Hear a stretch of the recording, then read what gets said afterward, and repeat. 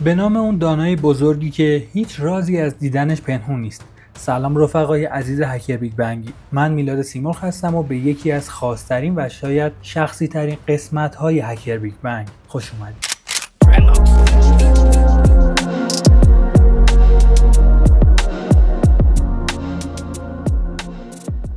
تا امروز تو قسمت‌های مختلف کلی در مورد ابزارها، تکنیک‌ها و روش‌های نفوذ به سیستم‌های مختلف صحبت کردیم.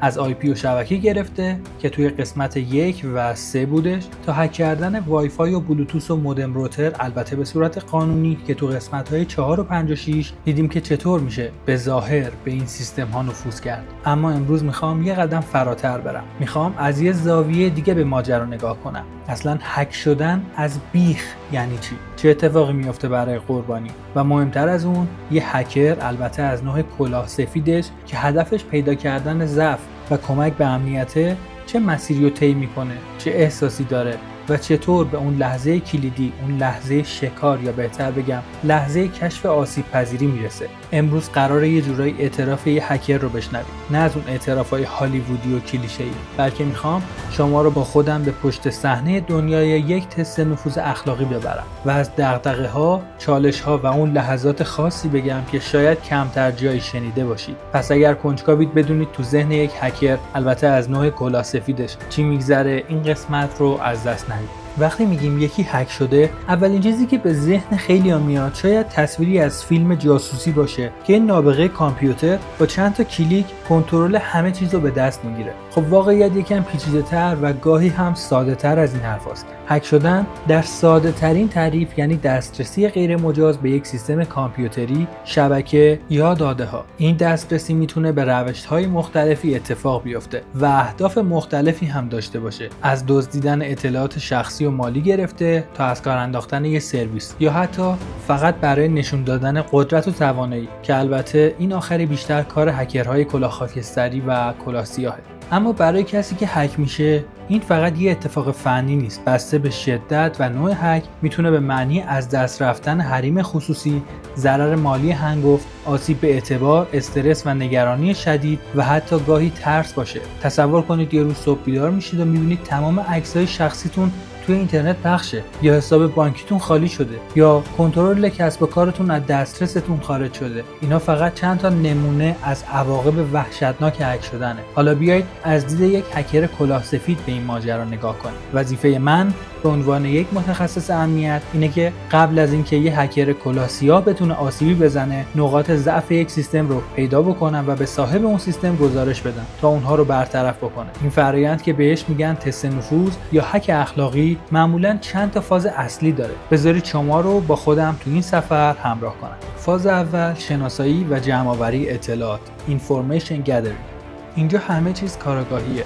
قبل از اینکه بخوام به یه سیستم حمله کنم، البته با اجازه قانونی از طرف صاحبش، باید تا جایی که میتونم در موردش اطلاعات جمع کنم. چه نوع سیستم عاملی داره، چه سرورهایی روش فعاله، از چه نرم افزارهایی و چه نسخه هایی استفاده میکنه، آدرس های IP، دامنه ها، ایمیل های مرتبط، کارمندهای کلیدی کیا هستن. یادتونه تو قسمت 1 در مورد IP صحبت کردیم. اینجا پیدا کردن IP های هدف یکی از اولین قدم هاست. یا توی قسمت 6 که در مورد مودم و روترها صحبت کردیم، فهمیدیم مدل و فرمور اونها میتونه خیلی کمک کننده باشه. هرچی اطلاعات بیشتر بهتر. این مرحله مثل جمع کردن قطعات یه پازل بزرگه. گاهی اطلاعات به ظاهر بی اهمیت میتونه کلید حل معما باشه. اما فاز دوم، پویش و شمارش یا همون اسکنینگ. بعد از اینکه یه دید کلی از هدف به دست آوردیم، نوبت به اسکن دقیق تر میرسه. با ابزارهایی مثل Nmap که قبلا هم راجبشون صحبت کردیم، شروع میکنیم به اسکن کردن پورت های باز، سرویس هایی که روی اون پورت ها دارن گوش میدن و نسخه های اون سرویس ها. اما اینجا داریم دنبال چی میگردیم؟ دنبال درهای باز یا نیمه باز، دنبال سرویس هایی که شاید قدیمی باشن، آپدیت نشده باشن یا تنظیمات پیش‌فرض ضعیفی داشته باشن. هر سرویسی که پیدا میکنم مثل یه سرنخ جدیده.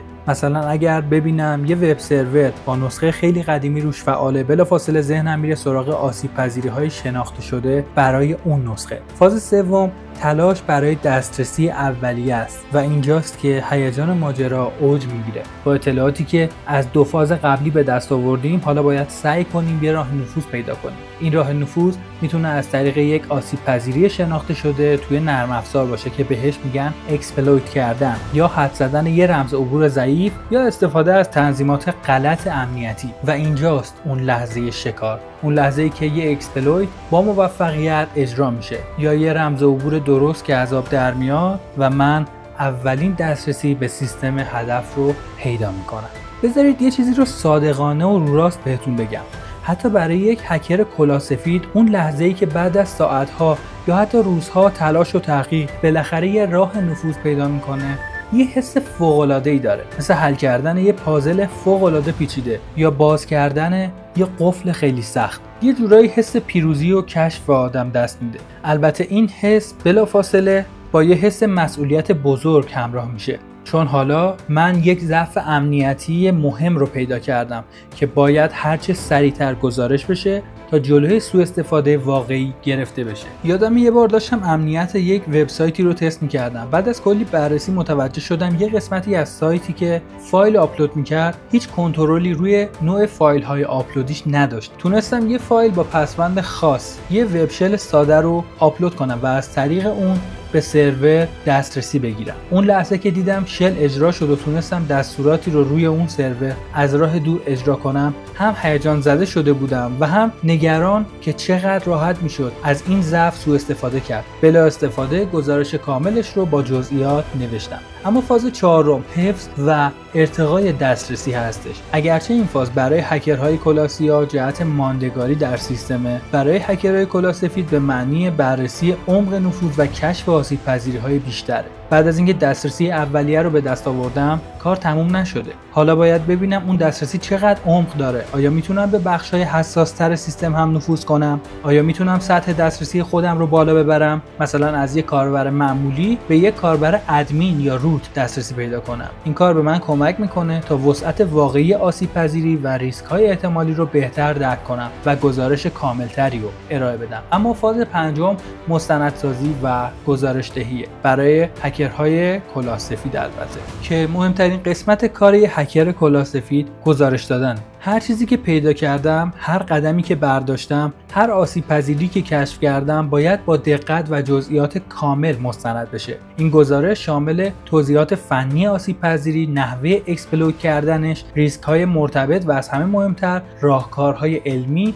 برای برطرف کردن اون ضعف هستش. این گزارش به صاحب سیستم کمک میکنه تا هرچه سریعتر جلوی حفره‌های امنیتی رو بگیره. اینجاست که فرق یک هکر کلاهسفید با یک مجرم سایبری مشخص میشه. هدف ما ساختنه، نه تخریب. اما این موضوع رو باید در نظر بگیرید که شاید فکر کنید کار یک هکر پر از استرس و فشاره. خب گاهی اوقات هست، مخصوصا وقتی با یه سیستم خیلی پیچیده یا چالش امنیتی جدید روبرو میشیم. اما بیشتر از اون، این کار برای من و خیلی از همکارانم یه چالش فکری لذت بخشه. اما هدف من از این قسمت این بود که شما با ذهنیت و روش کار یک مهاجم، البته از نوع خوبش، آشنا بشید تا بتونید بهتر از خودتون دفاع کنید. این اطلاعات برای آگاهی شماست، نه برای اینکه خدای نکرده وسوسه بشید و کارهای اشتباهی انجام بدید. ما اینجا هستیم تا به امنیت شما کمک کنیم، نه اینکه راه رو برای فعالیت‌های غیرقانونی باز کنید. لطفاً این هشدار رو فوق‌العاده جدی بگیرید. آینده و آبروی خودتون رو با یک کنجکاوی یا هیجان کاذب به خطر نندازید. اما برسیم به جمع‌بندی و نکته یادگاری. امروز یه سفر نسبتاً متفاوت داشتیم. سعی کردیم شما رو با مفهوم واقعی هک شدن و دنیای پشت پرده یک تست نفوذ اخلاقی آشنا کنیم. دیدیم که لحظه شکار برای هکر کلاسفید لحظه کشف یک ضعفه که میتونه به امن‌تر شدن دنیا کمک کنه. این یه کار چالش برانگیزه، پر از هیجان و البته با مسئولیت بسیار بالا. حالا یه سوال از شما: تا حالا شده احساس کنید که شاید هک شدید یا یه فعالیت مشکوک تو حساب‌ها یا دستگاهاتون دیدید؟ چه حسی داشتید و چه کار کردید؟ البته بدون ذکر جزئیات خصوصی میتونه برای بقیه هم آموزنده باشه. توی کامنت ها برامون بنویسید. مثل همیشه اگر از این سبک محتوا و از این قسمت لذت بردید و براتون مفید بود، حتما ویدیو رو لایک کنید. کانال هکر بیگ بنگ رو که هنوز سابسکرایب و دنبال نکردید، بدون معطلی سابسکرایب و دنبال کنید و اون زنگوله نوتیفیکیشن رو هم بزنید تا از قسمت‌های خفن بعدیمون جا نمونید. تا قسمت بعدی هوشیار و امن بمونید. خدا نگهدار.